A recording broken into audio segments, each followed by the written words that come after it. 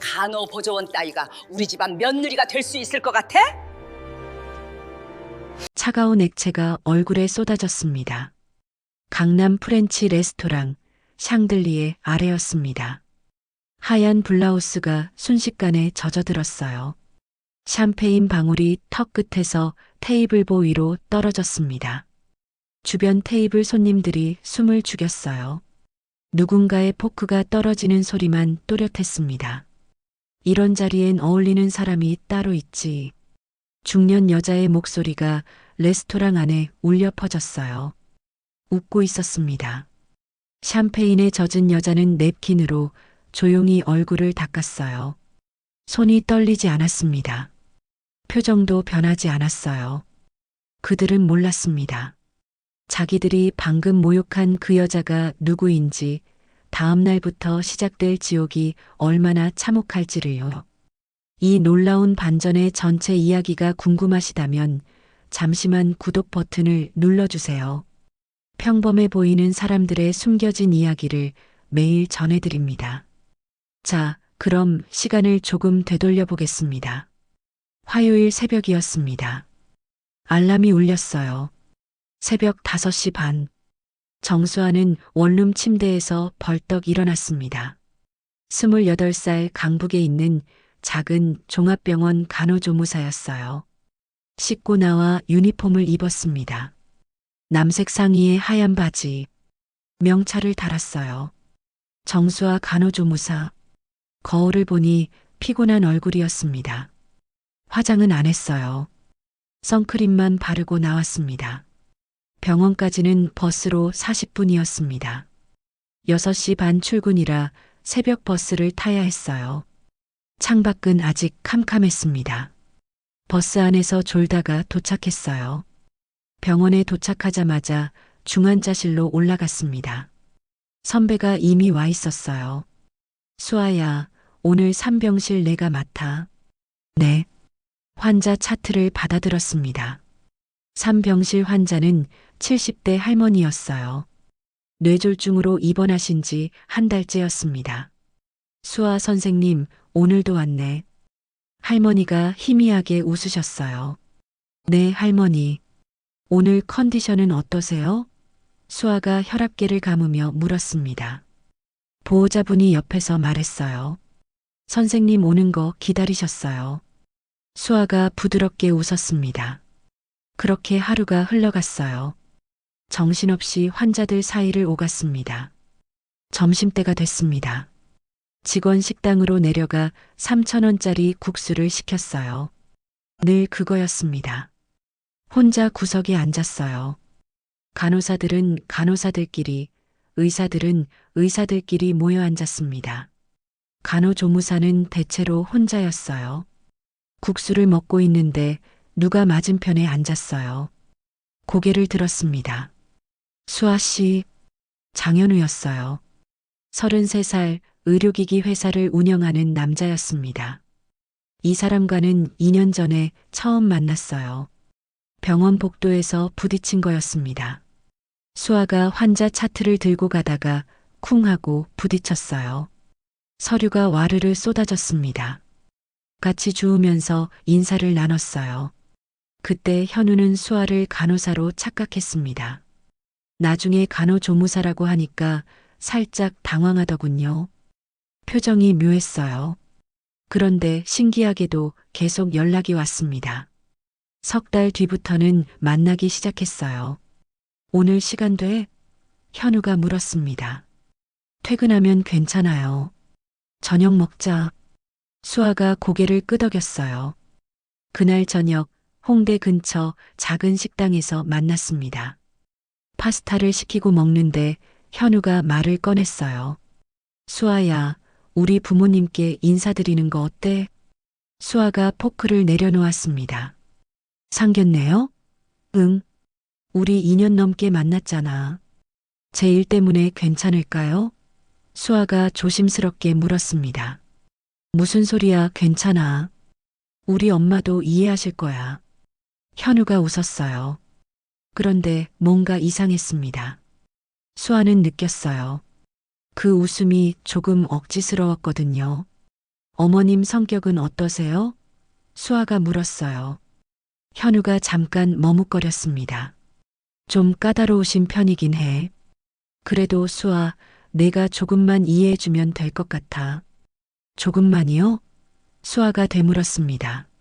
응.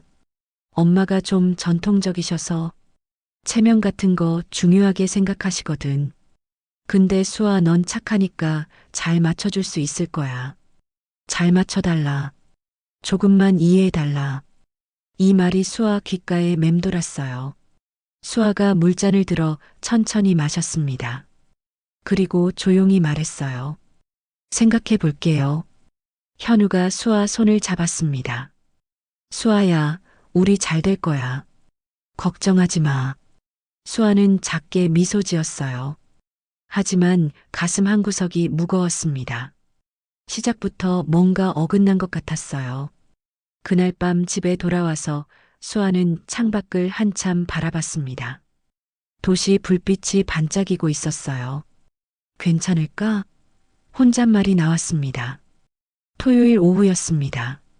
강남에 있는 프렌치 레스토랑이었어요. 천장이 높고 샹들리에가 반짝였습니다. 테이블마다 하얀 천이 깔려 있었어요. 수아가 현우와 함께 입구로 들어섰습니다. 하얀 블라우스에 검은 슬랙스 차림이었어요. 가방도 평범한 브랜드였습니다. 화장도 거의 안 한 듯 수수했어요. 테이블에는 이미 현우 부모님이 앉아 계셨습니다. 어머니 김명숙은 머리부터 발끝까지 명품이었어요. 샤넬 트위드 재킷, 에르메스 백, 손목에는 카르티에 시계까지. 빛나는 게 한두 가지가 아니었습니다. 어머니, 아버지, 저희 왔습니다. 현우가 먼저 인사했어요. 수아도 공손하게 고개를 숙였습니다. 안녕하세요. 정수아입니다. 명숙이 수아를 위아래로 훑어봤어요. 시선이 수수한 옷차림에 머물렀습니다. 입꼬리가 살짝 내려갔어요. 앉으세요. 네 사람이 자리에 앉았습니다. 음식을 주문하는 동안 어색한 침묵이 흘렀어요. 명숙이 물잔을 들어 한 모금 마시더니 수아를 봤습니다. 부모님은 무슨 일 하세요? 의료 쪽 일을 하세요. 수아가 짧게 대답했어요. 명숙의 눈썹이 살짝 올라갔습니다. 구체적으로는요? 식품 관련 사업이요. 그럼 수아 씨는요? 병원에서 일해요. 아, 간호사시구나. 간호조무사입니다. 순간 테이블 분위기가 달라졌어요. 명숙의 표정이 미묘하게 변했습니다. 아, 그러시구나. 음식이 나왔어요. 식사하는 동안 명숙의 질문은 계속됐습니다. 월급은 얼마나 받으세요? 적당히 받아요. 수아가 차분하게 대답했어요. 적당히요? 명숙이 코웃음을 쳤습니다. 200도 안 되겠네. 디저트가 나올 무렵이었어요. 명숙이 냅킨으로 입술을 닦으며 수아를 똑바로 봤습니다. 수아 씨, 우리 현우가 어떤 애인지 알아요? 잘 알고 있어요. 현우는 의료기기 수입회사 대표예요. 지금 150억짜리 병원 납품 계약 앞두고 있고요. 명숙이 잠시 멈췄습니다. 그런 사람이랑 결혼하려면 격이 맞아야 하는 거 아니에요? 수아가 천천히 물잔을 내려놓았어요. 격이요? 네, 격. 간호보조원 따위가 우리 집안 며느리가 될 수 있을 것 같아요? 레스토랑 안이 조용해졌습니다. 옆 테이블 손님들이 슬쩍 이쪽을 쳐다봤어요. 수아가 차분하게 대답했습니다. 일에 귀천이 없다고 생각하는데요. 명숙의 눈빛이 날카로워졌어요. 지금 나한테 교육하는 거예요? 교육이 아니라 제 생각을 말씀드린 거예요. 그 순간이었습니다. 명숙이 테이블 위 샴페인 잔을 집어들었어요. 그리고 웃었습니다. 차갑게 웃었어요. 이런 자리엔 어울리는 사람이 따로 있지. 수아의 얼굴에 샴페인이 쏟아졌습니다. 차가운 액체가 얼굴과 목, 가슴을 적셨어요. 하얀 블라우스가 순식간에 젖었습니다. 샴페인 방울이 턱에서 떨어져 테이블보 위로 흘렀어요. 주변 테이블 손님들이 모두 이쪽을 쳐다봤습니다. 웨이터 2명이 황급히 달려왔어요. 수아는 움직이지 않았습니다. 그냥 앉아서 샴페인에 젖은 얼굴을 그대로 두었어요. 현우가 자리에서 벌떡 일어났습니다. 어머니, 뭐 하시는 거예요? 정신 차리라고 그런 거야. 내가 정신을 못 차리니까 내가 이러는 거잖아. 아버지 장기철이 당황해서 말했습니다. 여보, 여기가 어딘데 이래요. 사람들이 다 보잖아요. 보면 어때요? 우리 아들 인생 망치게 둘 순 없어요. 웨이터가 수아에게 냅킨을 건넸습니다. 수아가 천천히 받아 얼굴을 닦았어요. 손이 떨리지 않았습니다. 표정도 변하지 않았어요. 수아가 자리에서 일어났습니다. 천천히 가방을 집어들었어요. 젖은 블라우스가 몸에 달라붙어 불편했지만 내색하지 않았습니다. 현우가 수아의 팔을 잡았어요. 수아야, 어머니가 좀 흥분하셔서 그래. 내가 따로 말씀드릴게. 수아가 현우의 손을 천천히 떼어냈습니다. 그리고 그를 똑바로 봤어요. 괜찮아요. 뭐가 괜찮아? 내가 어머니한테 수아가 고개를 저었습니다. 어머님 말씀이 맞는 것 같아요. 현우가 당황했어요. 무슨 소리야? 저희는 격이 안 맞나 봐요. 수아가 작게 고개를 숙였습니다. 오늘 시간 내주셔서 감사했습니다. 그리고 돌아서서 걸어 나갔어요. 현우가 뒤따라 나가려고 했지만 명숙이 아들의 팔을 붙잡았습니다. 가만히 있어. 저 여자 보내는 게 나중을 위해 좋은 거야. 현우가 어머니를 뿌리치고 레스토랑 밖으로 뛰어나갔어요. 하지만 이미 수아의 모습은 보이지 않았습니다. 그날 밤 11시가 넘었어요. 수아가 집에 돌아왔습니다. 젖은 옷을 벗어 던졌어요. 샤워를 하고 나왔습니다. 거울을 봤어요. 얼굴이 붉어져 있었습니다. 소파에 앉았어요. 핸드폰을 집었습니다. 아버지, 손가락이 멈췄어요. 아니야. 아버지한테 말하면 너무 일이 커져. 천장을 올려다봤습니다. 얼굴에 쏟아진 샴페인, 명숙의 차가운 웃음이 떠올랐어요. 새벽 2시였습니다. 수아가 벌떡 일어났어요. 핸드폰을 들었습니다. 정비서, 신호음 3번. 여보세요. 정비서님, 저예요. 수아 아가씨, 무슨 일이십니까? 장현우라는 사람 있어요. 33살 의료기기 회사 대표요. 회사 거래 내역 좀 알아봐 주실 수 있어요? 정비서는 묻지 않았습니다. 알겠습니다. 내일 오전까지 정리하겠습니다. 전화를 끊었어요. 수아가 핸드폰을 내려다봤습니다. 미안하지만 이건 시작일 뿐이에요. 월요일 아침이었습니다. 현우는 회사에 있었어요. 책상 위 대한메디컬 서울병원 계약서 150억 1년 준비한 프로젝트 핸드폰이 울렸습니다. 서울병원 구매팀 차장. 네, 차장님. 장 대표님, 죄송한 말씀드려야 할 것 같습니다. 현우의 표정이 굳었어요. 본사 구매 정책이 변경됐습니다. 재검토가 필요합니다. 예. 자세한 내용은 공문으로 발송하겠습니다. 전화가 끊어졌습니다. 영업팀장이 물었어요. 대표님, 무슨 일이세요? 계약이 재검토 대상이 됐어.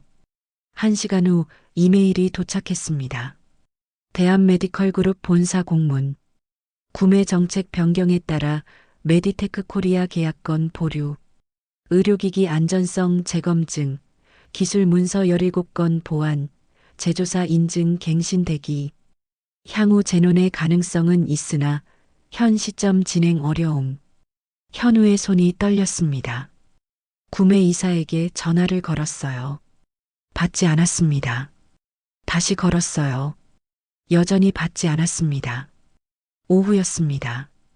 부산병원 구매 담당자가 전화했어요. 장 대표님, 5년 거래 종료하려 합니다. 예, 우리 5년 동안 거래했잖아요. 품질 재평가에 들어갑니다.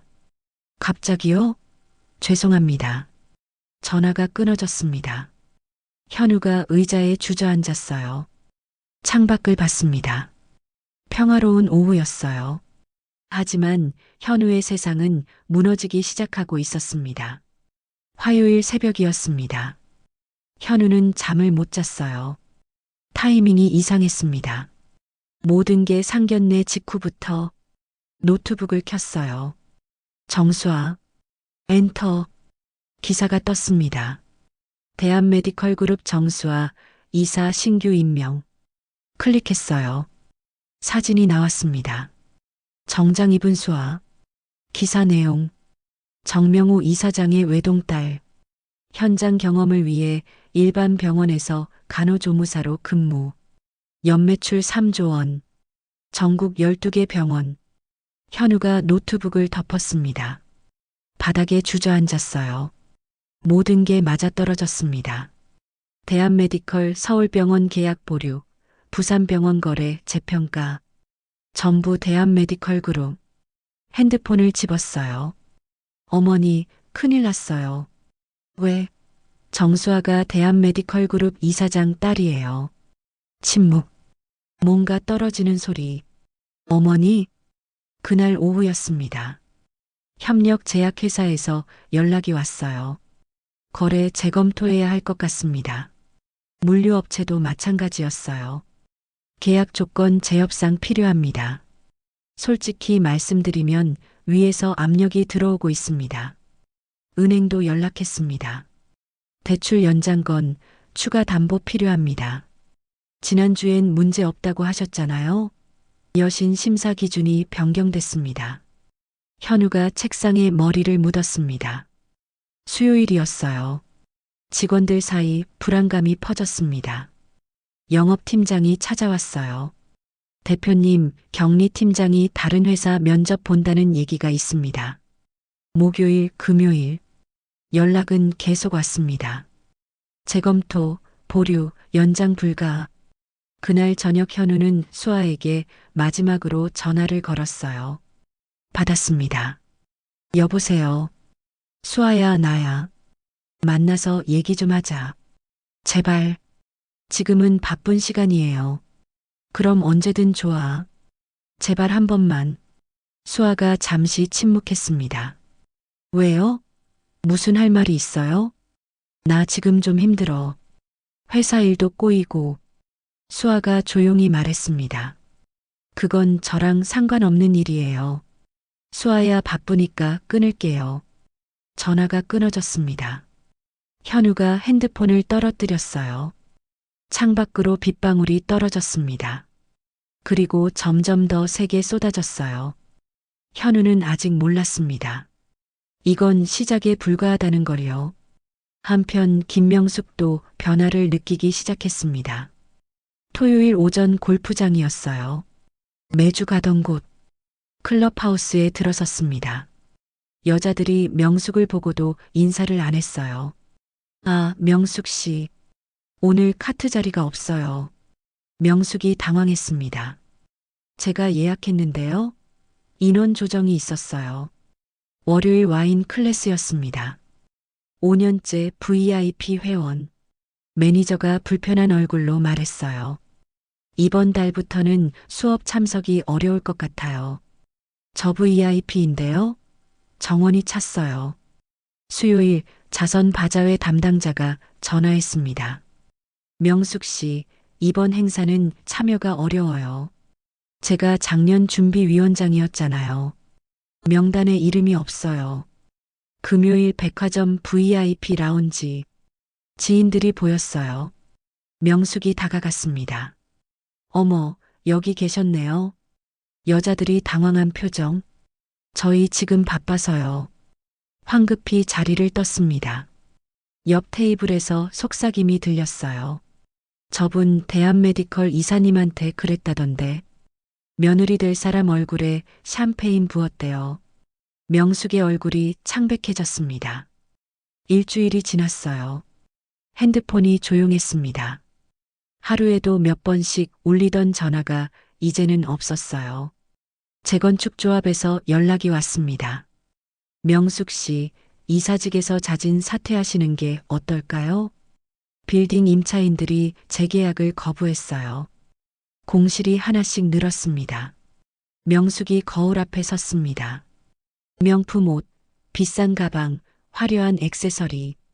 하지만 아무도 쳐다보지 않았어요. 그때 깨달았습니다. 사람들이 자신을 대하던 건 돈과 권력 때문이었지 자신 때문이 아니었다는 걸요. 그리고 그 모든 게 무너지고 있었습니다. 석 달 만에 끝났습니다. 현우 회사 문 닫는 날이었어요. 텅 빈 사무실, 먼지만 남은 책상. 관리실에 열쇠를 던지듯 반납했습니다. 빚 3억 5천.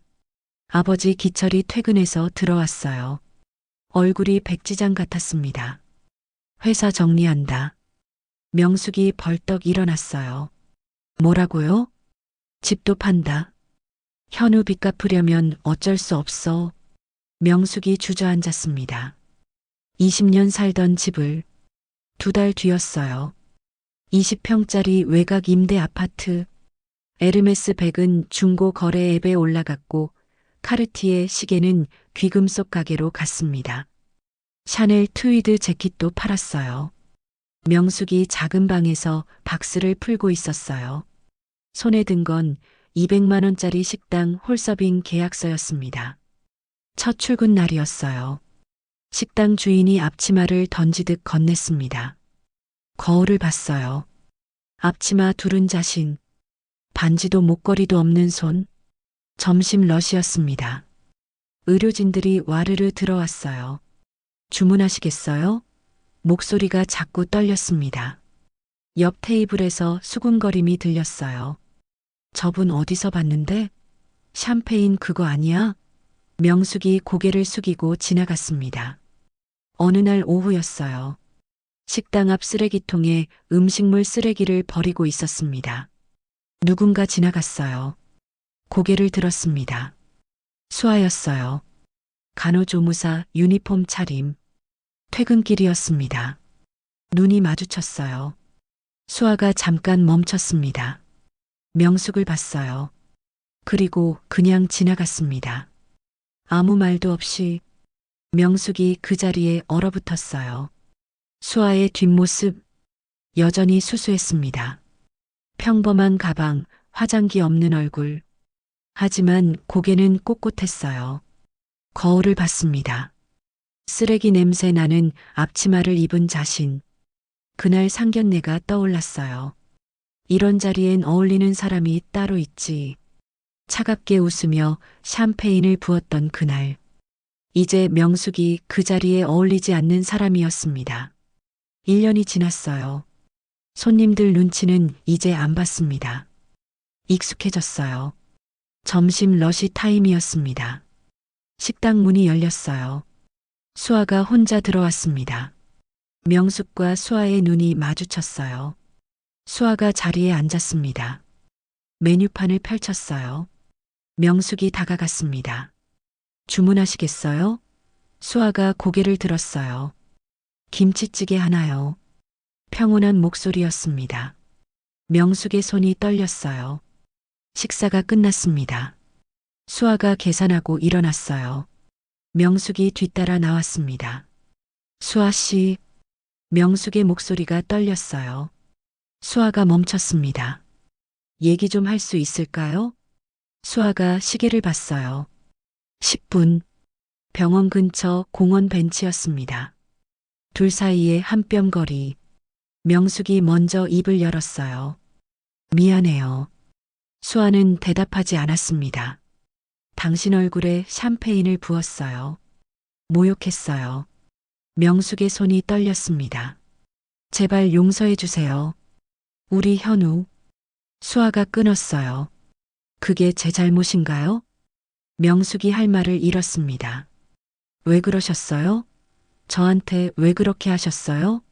수아의 목소리는 차분했지만 날카로웠습니다. 당신이 초라해 보였어요.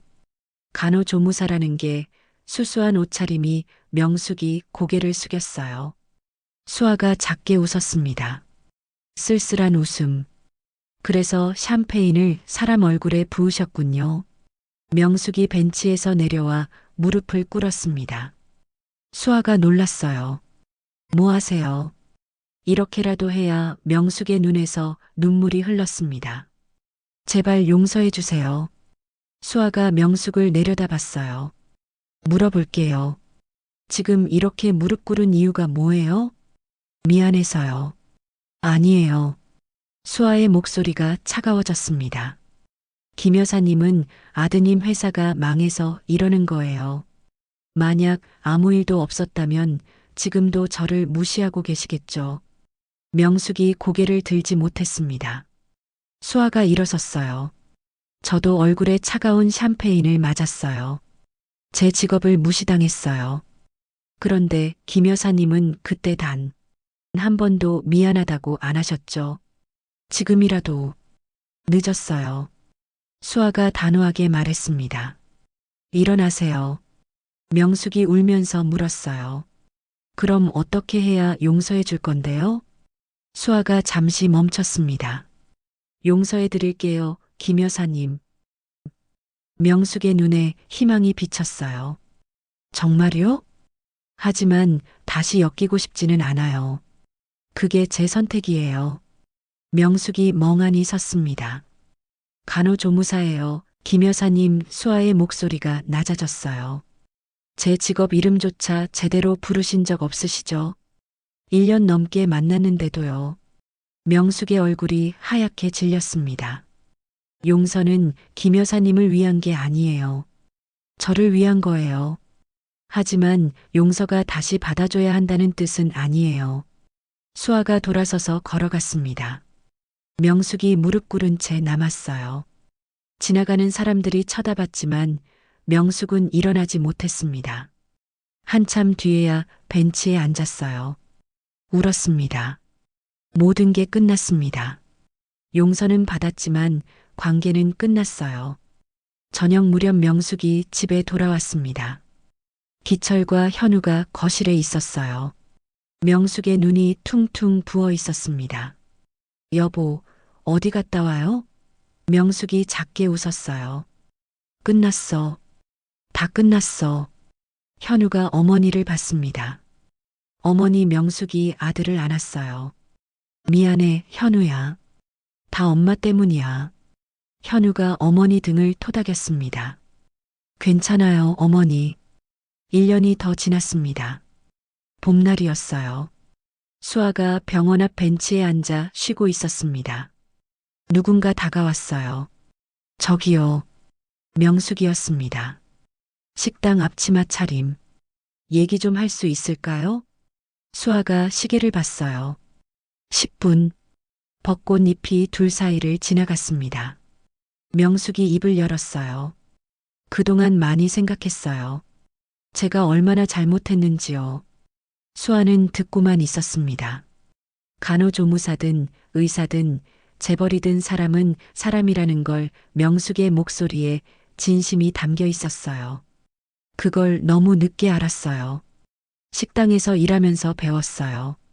수아가 명숙을 봤습니다. 용서해 드릴게요. 김 여사님. 명숙의 눈에 눈물이 고였어요. 하지만 다시 엮이고 싶지는 않아요. 그게 제 선택이에요. 수아가 일어섰습니다. 용서는 김 여사님을 위한 게 아니에요. 저를 위한 거예요. 하지만 용서가 다시 받아줘야 한다는 뜻은 아니에요. 사람을 함부로 대하시면 안 돼요. 그 상처는 용서받을 수 있어도 관계는 돌아오지 않습니다. 명숙이 고개를 끄덕였어요. 알아요. 이제야 알았어요. 수아가 병원으로 돌아갔습니다. 그날 저녁이었어요. 현우가 수아에게 전화를 걸었습니다. 수아야, 우리 다시 시작할 수 없을까? 현우 씨, 그날 상견례 전에 제게 뭐라고 했죠?